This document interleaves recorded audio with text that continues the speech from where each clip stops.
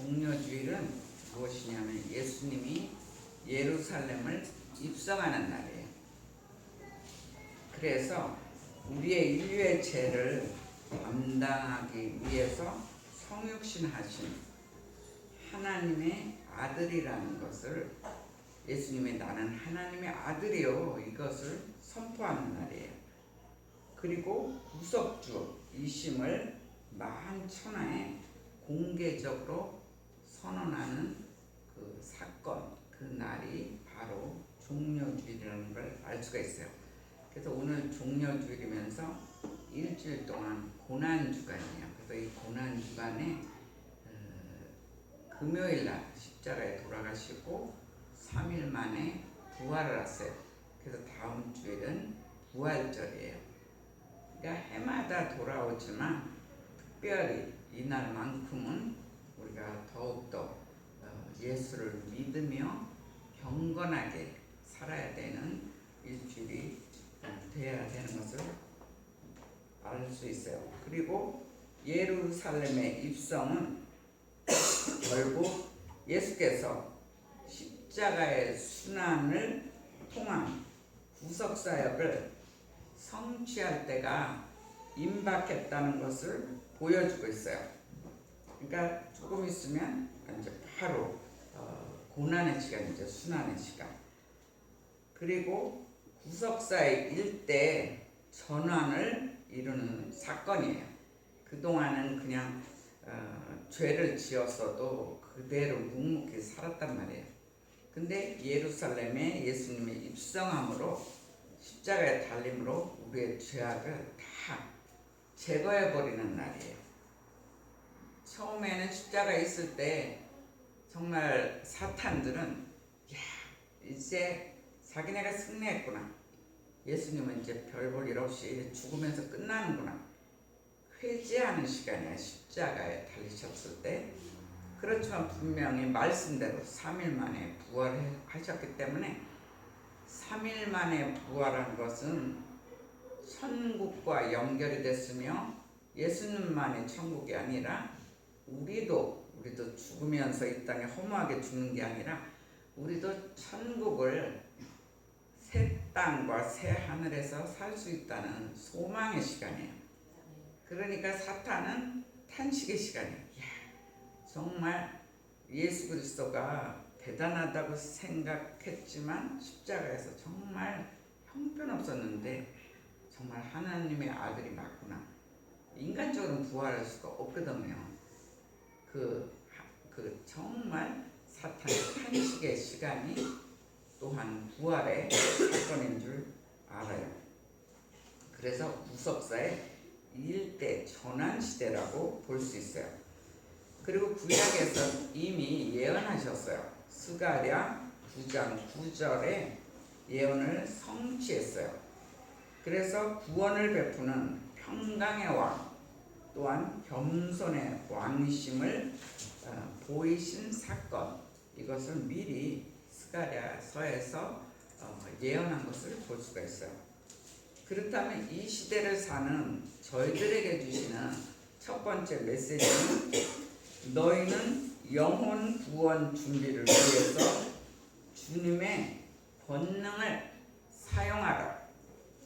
그러니까 우리의 영혼 구원 준비를 위해서 주님의 권능을 사용하래요. 우리는 너무 우리 힘으로 살려고 해요. 근데 이 땅에서 특히 영혼 구원까지 그렇게 되려면 주님의, 예수 그리스도의 권능을 사용하라, 이렇게 얘기하고 있어요. 2절 한번 읽어주세요. 2절이요. 우리 시대 너희는 아직 마음으로 가라. 들어가니 없고 아직 아무도 타보지 않은 나귀 새끼가 되어 있는 것을 보리니 풀어 끌고 오라. 네, 아직 아무도 타보지 않은 나귀 새끼가 매여 있는 것을 보리니 풀어 끌고 오라 그래요. 그러니까 사람들은 사실 알 수가 없어요. 우리가 두 블럭만 지나가도 거기가 나귀가 매여 있는지 아무것도 없는지 알 수가 없어요. 우리들은. 그리고 특히 다른 나라에 어떤 보장에 무엇이 있다 그러면 우리는 사실 가서 보지 않으면 모른다는 거예요. 근데 여기는 예수님께서 그 길을 지나온 것도 아니에요. 근데 분명히 아무도 타지 않은 나귀 새끼가 매 있는 게 있으니까 그거를 풀어가지고 오라고 설명하고 있어요. 이것은 무슨 소리냐? 예수 그리스도께서 하나님의 아들이라는 것을 상징하고 있어요. 그만큼 권능을 갖고 있어요. 그리고 더 나아가서 3절 한번 더 읽어보세요. 3절. 만일 누가 너희에게 하는 것은 주가 쓰겠다 하라. 그리하면 주시리로 보내리라 하시니.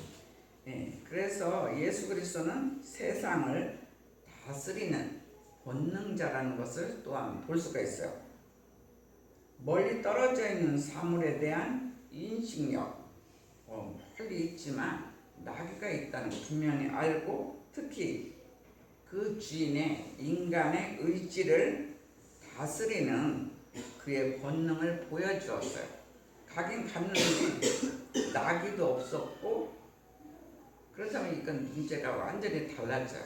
근데 분명히 가니까 나귀가 있었고 또 주인이 이건 내 것인데 왜 가지고 가겠느냐 제자들한테 안 주면 그 이야기도 굉장히 이상하게 끝나요. 근데 그 마음을 이미 주관했다는 거예요. 그 주인의 마음을 흔들어서 주가 쓰시겠다 하니까 내놓았다는 거예요. 그것은 뭐냐면 주님의 전능성.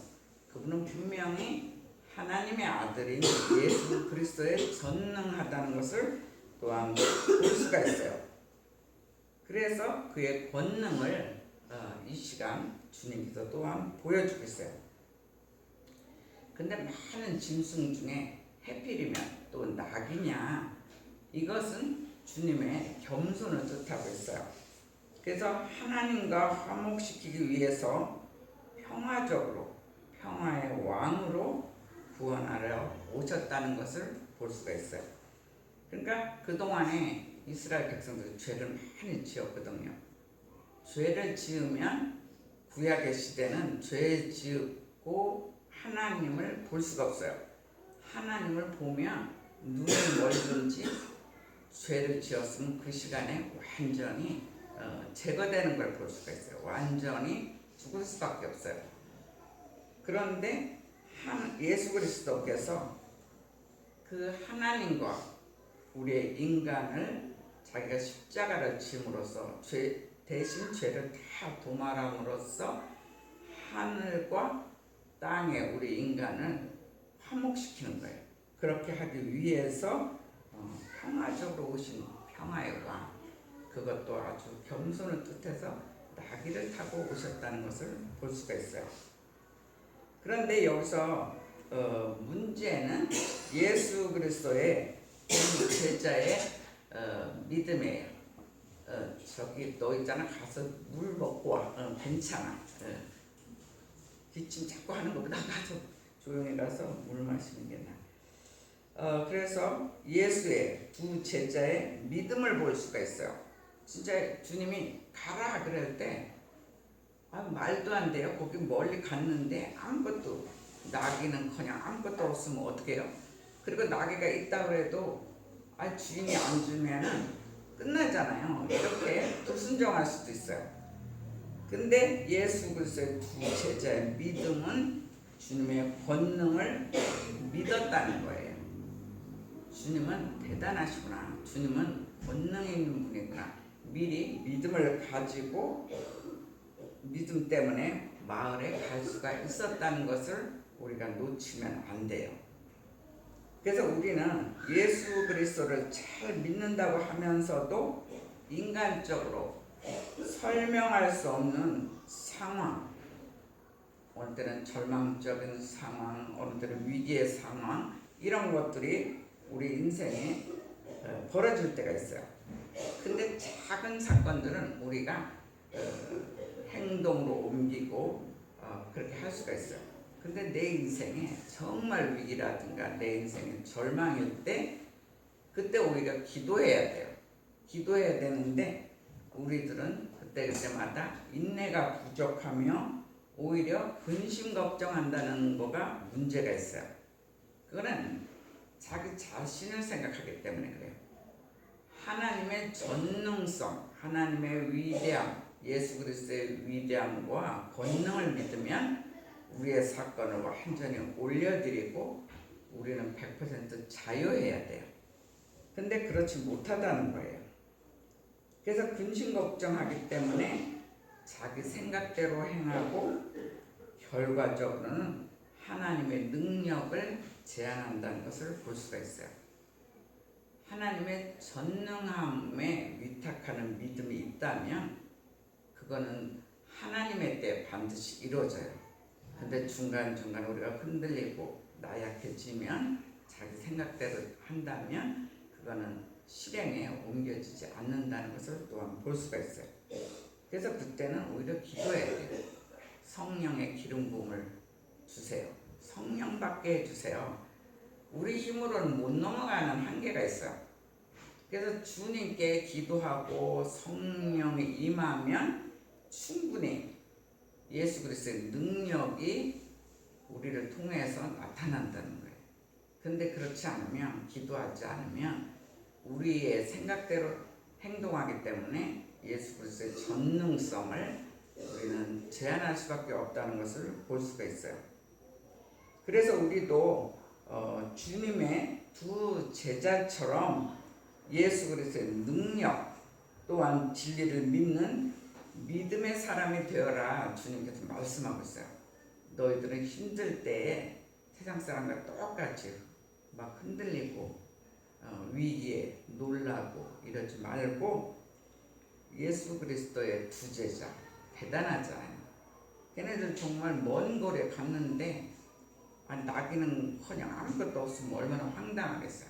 근데 믿음을 가지고 갔는데 실질적으로 나기도 있었고, 그리고 또 그 주인이 내 건데 무슨 주냐, 그래도 문제가 달라져요.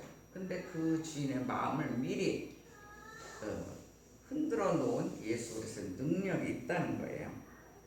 그래서 예수 그리스도의 능력과 진리를 믿는 산돌교의 성도가 되시기를 주의 이름으로 축원합니다. 아멘. 그렇게 될 때에 하나님께서 주시는 풍요로운 축복과 풍요로운 신앙인이 되어라고 주님께서 말씀하고 계세요. 그리고 저희들에게 주시는 두 번째 메시지는 너희는 영혼 구원을 위해서는 다른 자를 섬겨라. 우리 한 사람 한 사람 영혼 구원, 또 다른 사람, 우리 영혼 구원도 중요하지만 우리가 이미 예수 그리스도를 믿으면 너희는 영혼 구원을 위해서는 다른 사람들을 섬기라고 주님께서 말씀하고 있어요. 7절 한번 읽어주세요. 낭만들을 예수께로 끌고 와서 자기들의 그것을 그 위에 얹어놓음에 예수께서 하시니. 네, 여기서 보면 나귀 새끼를 예수님이 끌고 와서 무엇을 했냐면 자기들의 겉옷을 그 위에 얹혀 놓았다고 얘기를 하고 있어요. 자기들의 겉옷, 자기들의 가장 소중한 겉옷을 그 나귀 위에다가 이렇게 올려놓은 것을 볼 수가 있어요. 걔네들의 겉옷은 뭐냐면 우리들은 지금 옷을 입고 저녁에 가면 또 이불이라는 게 있어요. 근데 얘네들은 나그네며 또 순례자들, 예수님의 제자들은 예수님 따라서 복음을 전하면서 다니는 순례자들이에요. 한 곳에서 계속 머무는 사람들이 아니에요. 그러다 보니까 이 겉옷이 저녁에는 이부자리가 되는 거예요. 그러니까 보통 때는 그 겉옷을 입고 돌아다녀요. 그래서 저녁에 잘 때는 그 옷 자체가 이불이 된단 말이에요. 그러니까 저녁에는 이불이 없으면 춥잖아요. 그러니까 그 순례자들에게 가장 중요한 게 겉옷이에요. 그리고 너무 더울 때는 뭐 벗으면 되고요. 그러니까 이 겉옷이 굉장히 중요하단 말이에요. 그러니까 예수님의 제자의 겉옷은 자기가 갖고 있는 것에 최고의 것인 것을 뜻하고 있어요. 그 자기 최고의 겉옷을 그렇게 나귀에게, 예수님 편하게 가게 나귀에 얹어뒀다는 거예요. 그리고 많은 백성들까지도 길에다가 자기들의 소중한 겉옷과 나무가지를 길에 피고 있어요. 그것을 8절에 한번 읽어주세요. 많은 사람들은 자기들의 겉옷을 또 다른 이들은 들에서 된 나뭇가지를 길에 펴며. 예, 그게 무슨 소리냐면 그들은 왕으로 예수 그리스도를 영접했다는 거예요. 이분은 우리의 왕이다 이런 뜻으로 그렇게 겉옷을 피고 또 그 마른 가지들도 나뭇가지들도 이렇게 길에 폈다는 것을 알 수가 있어요. 그들은 예수 그리스도를 자기들이 이스라엘의 약속된 왕으로 경외하고 환영하고 있음을 예수 그리스도께 보여주고 싶은 거예요. 당신은 우리의 왕입니다. 약속한 이스라엘의 왕이라는 것을 자기네들도 느끼면서 그분이기 때문에 경외하고 환영하는 뜻으로 그렇게 자기 최고의 것을 길에다가 다 이렇게 깔았다는 거예요.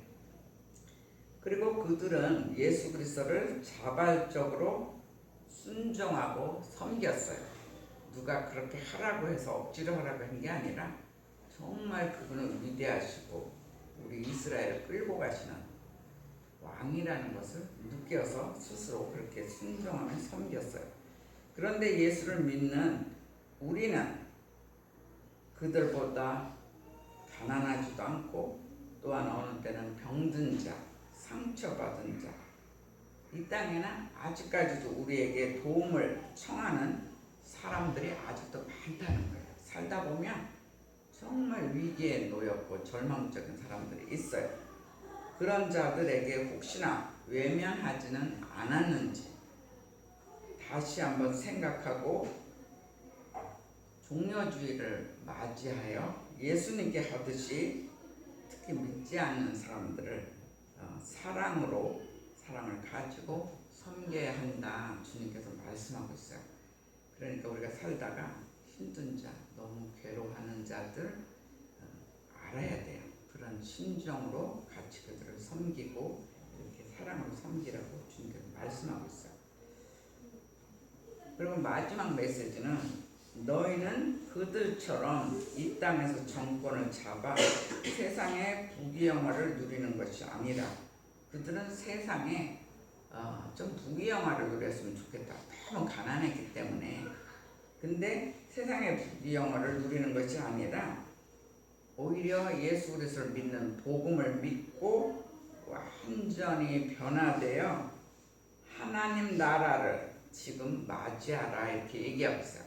그러니까 세상적인 축복보다 우리들이 예수 그리스도를 완전히 온전히 믿음으로 우리 자체부터 완전히 변화되라는 거예요.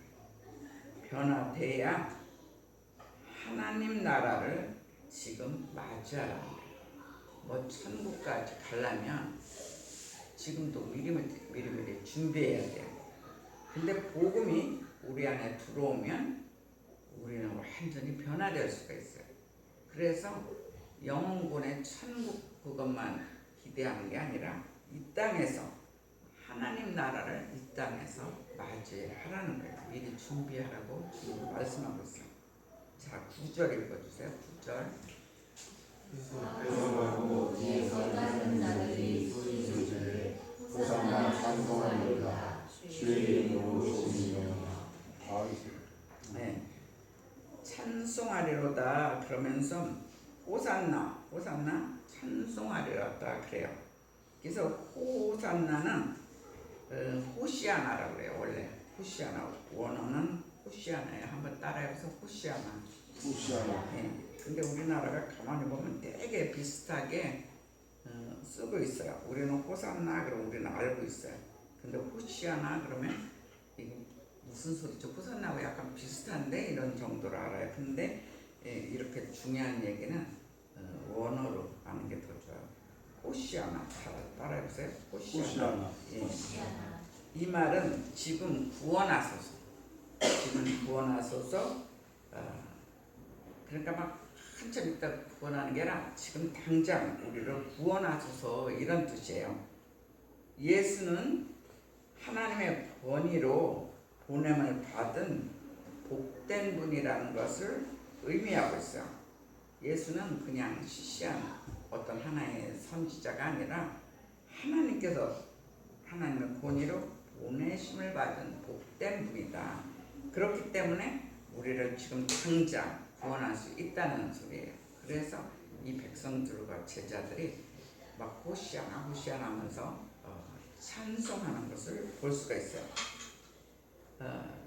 그 당시 백성들이 굉장히 순진했어요. 순진한 백성이며 권력과 재산과 지식 아무것도 소유하지 못한 나약한 자라는 것을 볼 수가 있어요. 왜 그러냐면 그때 막 로마 정권 시대고 또 제사장들도 온전하지가 않았거든요. 자기네 유익을 위해서 살고 뭐 이러다 보니까 이들은 더욱더 재산도 없고 지식도 없고 굉장히 나약한 자라는 것을 알 수가 있어요. 그리고 빈곤과 핍박으로 고달픈 인생. 우리가 가난해도 한 1, 2년 정도 그래도 참을 수가 있어요. 근데 이 가난이 막 10년, 20년 계속 되면 정말 고달퍼요, 우리 인생이. 근데 얘네들 상태가 바로 그거예요. 길게 빈곤하고 또 이제 막 그 로마 정권 시대니까 핍박도 많이 받고 그런 고달픈 인생. 그러한 그들에게 주님께서 왕으로 오신 거예요. 그러니까 얼마나 환영하고 싶겠어요. 이 사람이 오면 우리의 인생은 이제 완전히 달라진다는 것을 얘네는 그걸 믿고 있어요. 그래서 주님을 맞는 백성들은 그 당시 뛸 듯이 기뻐했다고 얘기하고 있어요. 빈곤과 핍박에서 해방된다는 소망으로 가득 찼다고 얘기를 하고 있어요.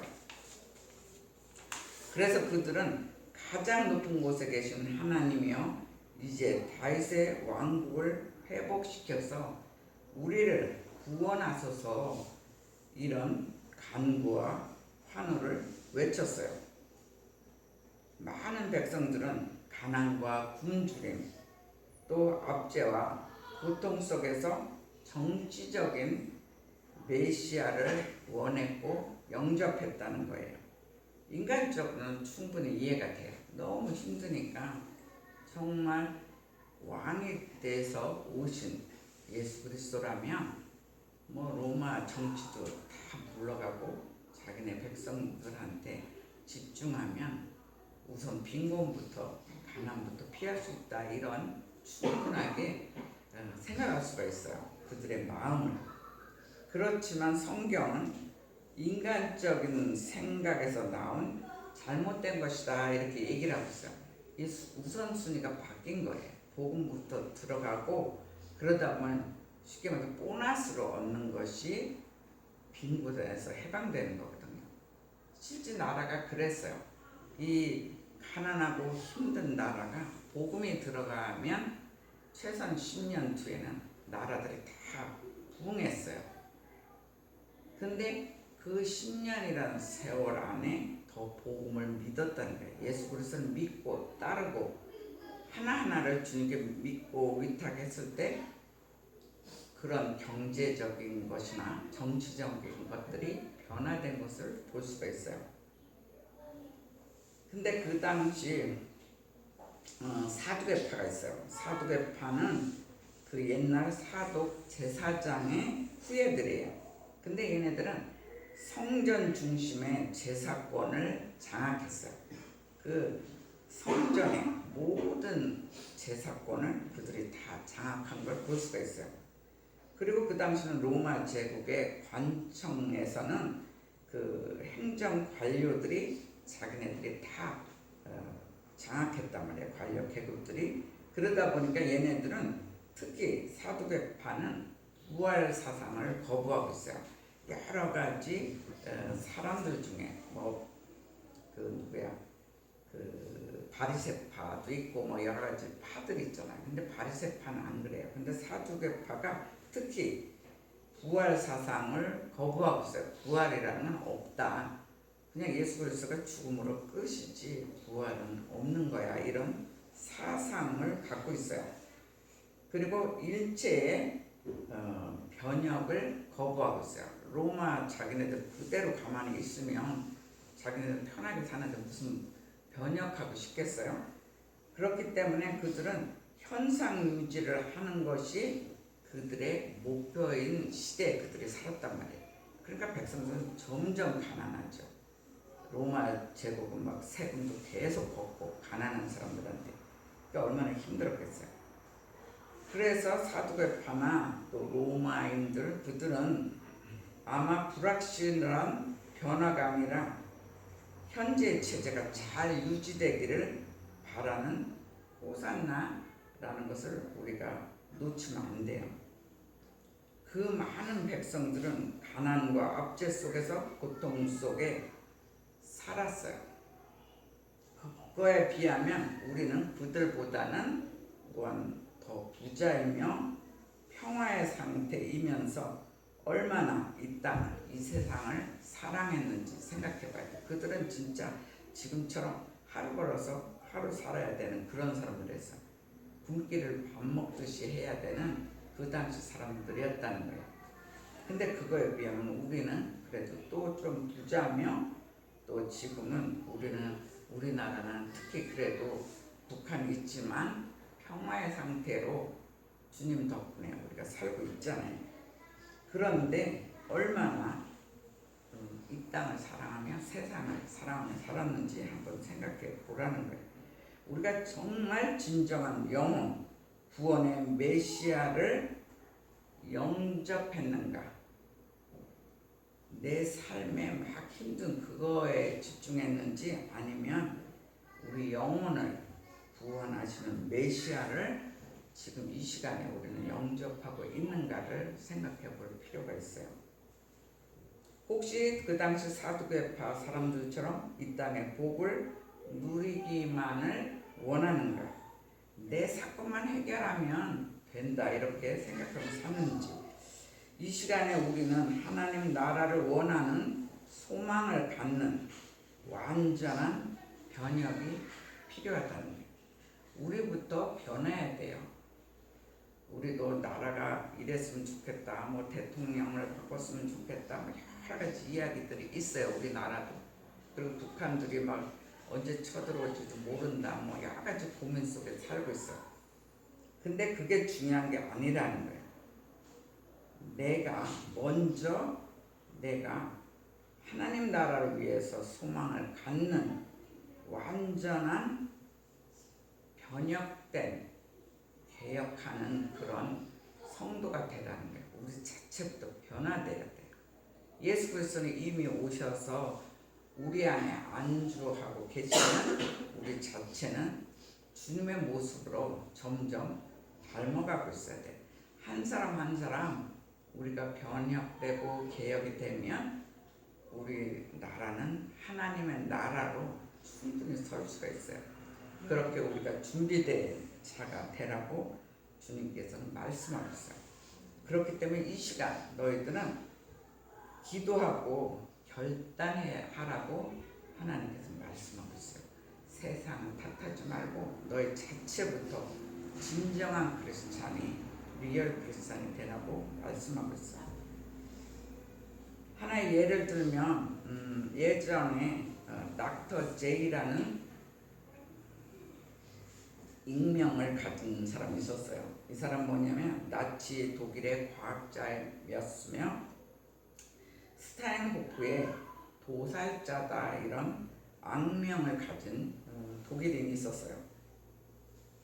그 사람이 가스실을 고안했어요. 물론 그 사람은 처음에 유대인 엄청 죽여야겠다 이런 사고로 가스실을 만든 건 아닐 거라고 봐요. 과학자니까 나라에서 명령이니까 가스실을 굉장히 그 사람으로서는 정말 멋진 작품을 만들고 싶다. 그래서 만들었을 거예요. 근데 만들었는데 그것 때문에 600만 명의 유대인 학살에 중대한 역할을 하게 된 그 사람이에요. 그래서 그는 2차 세계대전이 끝나고 나서 러시아 감옥에 투옥이 됐어요. 그러고 나서 소식이 완전히 끝났어요. 두절됐는데 러시아 루반카 감옥에 복역한 바 있는 오스트리아의 한 외교관이 그 감옥에서 닥터 제이를 만나게 됐어요. 처음에는 그 사람인지도 모르고 하여간 만났어요. 그러니까 그 당시는 그 사람을 봤으면 유대인들의 후손들이 가만히 뒀겠어요. 완전히 죽이려고 그러고 막 그랬겠죠. 오히려 그 사람은 위기가 루반카 감옥에 오히려 피난처가 될 수도 있는 거죠. 그래서 루반카 감옥에서 이 외교관이 정말 인간이 상상할 수 없는 가장 좋고 귀한 친구를 만났다고 나중에 고백을 해요. 그래서 그 어떤 사람, 그 가장 좋은 친구는 그는 사람을 만나면서 특히 막 괴로워하고 막 힘든 자, 그런 자들을 1대1로 만나면서 위로하였고, 또 어려운 자가 그 감옥에는 대부분 다 어려웠지만 특히 어려운 자들을 자기가 몸 바쳐서 희생하며 봉사했다는 거예요.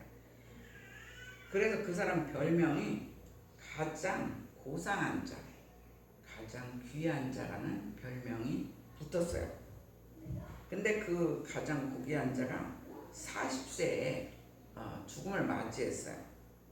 그래서 그때서야 그가 스타인호프의 대도살자인 별명을 가진 닥터 제이라는 것이 밝혀졌다는 거예요. 그 전에는 이 사람이 어디 사는지 어떤 감옥에 갇혔는지 몰랐어요. 근데 오스트리아 외교관이 그 사람을 만나서 그 사람 만났을 때도 그 사람이 진짜 누군지 몰랐던 거예요. 정말 자기가 만났던 사람, 최고의 사람이 나중에 알고 보니까 그 사람이라는 것을 온 세계에 이제 밝혀졌어요. 그러니까 굉장한 일이잖아요. 악인이 선인으로 완전히 바뀌었다는 얘기예요. 물론 중간중간에 얼마나 많은 회개를 했겠어요. 자기는 그냥 가스실 하나 만들어달라고 해서 만들어줬는데 그게 결국은 유대인 죽이는 데 썼으니까 예수를 몰랐을 때는 그 사람이 그나마 평화롭게 살았을 거예요. 내가 진짜 잘 만들었구나. 어쩌면 그럴 수도 있을 거예요. 그렇지만 예수 그리스도를 만난 후로는 얼마나 매일매일 가슴이 아픈 일이며 통회하며 얼마나 괴로워했겠어요. 그래서 그거를 루반카 감옥에서 자기가 한 사람 한 사람 회개하는 마음으로 그들을 진정으로 도운 것을 볼 수가 있어요. 그래서 이런 악한 인간에게도 주님의 보혈로 완전히 씻으시고 놀라운 보배로 드러나게 예수 그리스도는 도와주셨다는 거예요. 그래서 예수님이 이 땅에 오신 목적은 기쁜 소식, 복음이라는 것 자체가 기쁜 소식이거든요. 기쁜 소식, 즉 복음을 위하여 하나님 나라가 되기 원하신 것이라는 것을 말씀하고 있어요. 그렇게 되기 위해서는 우리는 완전히 너희들은 변화되어라 주님께서는 말씀하고 있어요. 어떻게 변화되냐? 예수 그리스도처럼 겸손과 희생의 정신을 가지라는 거예요. 그래서 하나님 말씀의 증인이 되고 하나님 말씀을 선포하여 믿지 않는 자들을 영혼 구원하는 길에 앞장서라고 하나님께서는 저희들에게 메시지를 주시고 계세요. 그래서 여러분들을 통하여 정말 가까운 자부터 전도하며 세계 선교가 이루어지는 하나님 나라가 건설되는 축복의 통로가 되시기를 주의 이름으로 축원합니다. 아멘. 여러분들이 먼저 기도하세요. 그 세 가지를 잘 하고 있는지